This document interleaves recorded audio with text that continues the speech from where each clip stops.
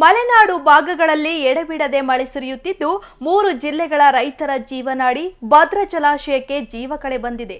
ಜಲಾಶಯ ಭರ್ತಿಗೆ ಕೆಲವೇ ಅಡಿಗಳು ಬಾಕಿ ಉಳಿದಿದ್ದು ನೀರಾವರಿ ಸಲಹಾ ಸಮಿತಿ ಸಭೆ ಜಿಲ್ಲೆಯ ರೈತರಿಗೆ ಸಿಹಿ ಸುದ್ದಿ ನೀಡಿದೆ. ಹಾಗಿದ್ರೆ ಏನು ಆ ಸಿಹಿ ಸುದ್ದಿ ಅಂತೀರಾ? ಈ ಸ್ಟೋರಿ ನೋಡಿ. ಭದ್ರಾ ಜಲಾಶಯದಿಂದ ಇಂದಿನಿಂದಲೇ ನಾಲೆಗಳಿಗೆ ನೀರು.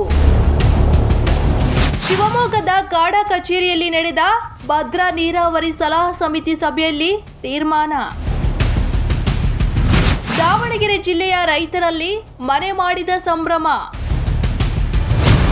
ಶಿವಮೊಗ್ಗ ಹೊರವಲಯದಲ್ಲಿರುವ ಕಾಡಾ ಕಚೇರಿಯಲ್ಲಿಂದು ಭದ್ರಾ ನೀರಾವರಿ ಸಲಹಾ ಸಮಿತಿ ಸಭೆಯನ್ನು ಜಿಲ್ಲಾ ಉಸ್ತುವಾರಿ ಸಚಿವ ಮಧು ಬಂಗಾರಪ್ಪ ನೇತೃತ್ವದಲ್ಲಿ ಶಾಸಕರು, ಅಧಿಕಾರಿಗಳು, ರೈತರೊಂದಿಗೆ ನಡೆಸಲಾಯಿತು.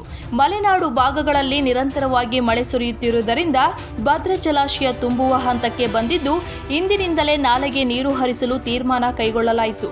ಅಷ್ಟೇ ಅಲ್ಲದೆ ಅಚ್ಚುಕಟ್ಟು ಪ್ರದೇಶದ ಕೊನೆ ಭಾಗಕ್ಕೆ ನೀರು ಹೋಗಬೇಕೆಂದು ಸಭೆಯಲ್ಲಿ ಕಟ್ಟುನಿಟ್ಟಿನ ತೀರ್ಮಾನ ಕೈಗೊಳ್ಳಲಾಯಿತು. ನಾಲೆಗಳಿಗೆ ಅನಧಿಕೃತ ಪಂಪ್ ಸೆಟ್ಗಳನ್ನು ಹಾಕುತ್ತಿದ್ದು ಅದನ್ನು ನಿಲ್ಲಿಸಲು ಕ್ರಮ ಕೈಗೊಳ್ಳುವಂತೆ ಜಿಲ್ಲಾಧಿಕಾರಿಗಳಿಗೆ ಸೂಚನೆ ನೀಡಲಾಯಿತು.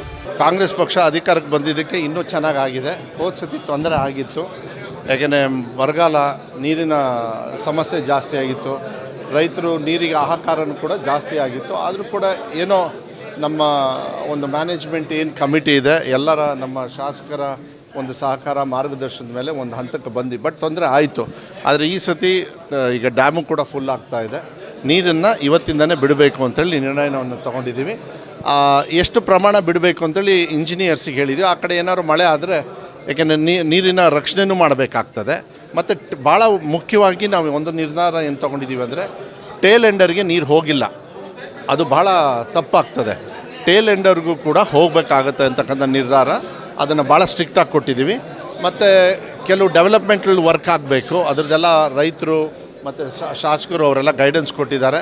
ದಾವಣಗೆರೆ ಜಿಲ್ಲೆಯ ಶಾಸಕರು ಭದ್ರಾ ನೀರಾವರಿ ಸಲಹಾ ಸಮಿತಿ ಸಭೆಯಲ್ಲಿ ಪಾಲ್ಗೊಂಡು ಅಚ್ಚುಕಟ್ಟು ಪ್ರದೇಶದ ಕೊನೆ ಭಾಗದ ರೈತರ ಸಮಸ್ಯೆಯನ್ನು ಗಮನಕ್ಕೆ ತಂದರಲ್ಲದೆ ಕೊನೆ ಭಾಗಕ್ಕೆ ನೀರು ತಲುಪಲು ವ್ಯವಸ್ಥೆ ಮಾಡಿಸುವಂತೆ ಅಧಿಕಾರಿಗಳಿಗೆ ಸೂಚಿಸಿದರು.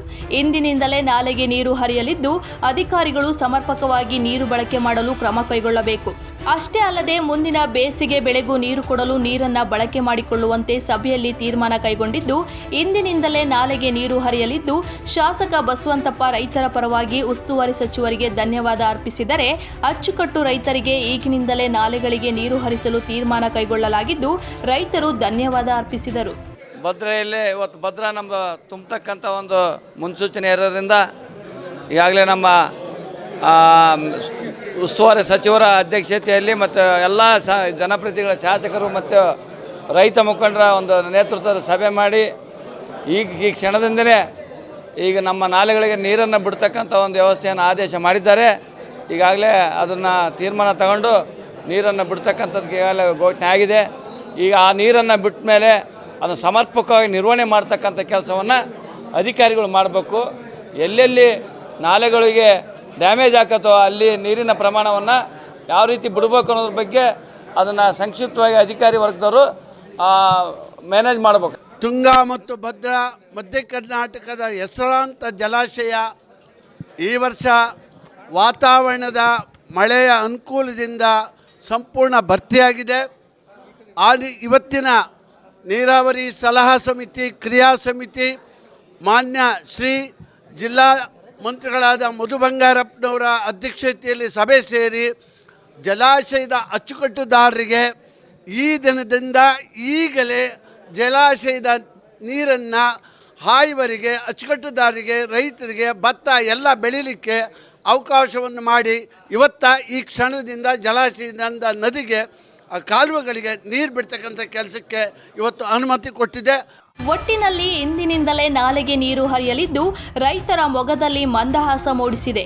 ಅಲ್ಲದೆ ಕೃಷಿ ಚಟುವಟಿಕೆಗಳು ಗರಿಗೆದರುವಂತೆ ಮಾಡಿರೋದಂತೂ ಸತ್ಯ.